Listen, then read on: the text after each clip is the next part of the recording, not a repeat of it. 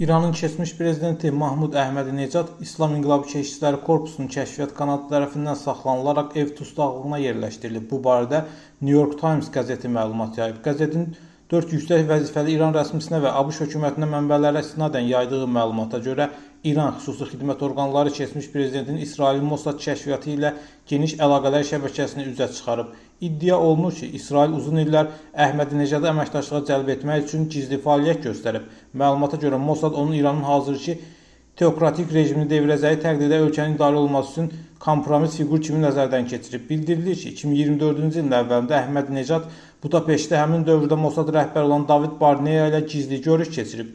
Görüşün iqlim konfransı çərçivəsində baş tutduğu, dəvətin isə İsrail tərəfinin xahişi ilə Macarıstan rəsmiləri tərəfindən təşkil edildiyi iddia olunur. Mənbələrin məlumatına görə tərəflər arasında əlaqələr 2025-ci ildə də davam edib. Həmçinin Qvatemalada görüşlərin keçirildiyi bildirilir. İddialar əsasən 2024-cü ilin fevralında ABŞ və İsrailin İrana endirdiyi geniş miqyaslı zərbələri ilk günündən İsrail Hərbi Hava Qüvvələri Əhmədi-Necadın iqamətgahına dəqiq zərbə endirərək onu qoruyan Sepah mühafizəçilərini zərərsizləşdirməyə çalışıb. Daha sonra Mossad əməkdaşlarının keçmiş prezidenti İran daxilində gizli mənzil apardığı, lakin onun sonradan İsrailin planlarından narazı qalaraq sığınacağı tərk etdiyi iddia olunur.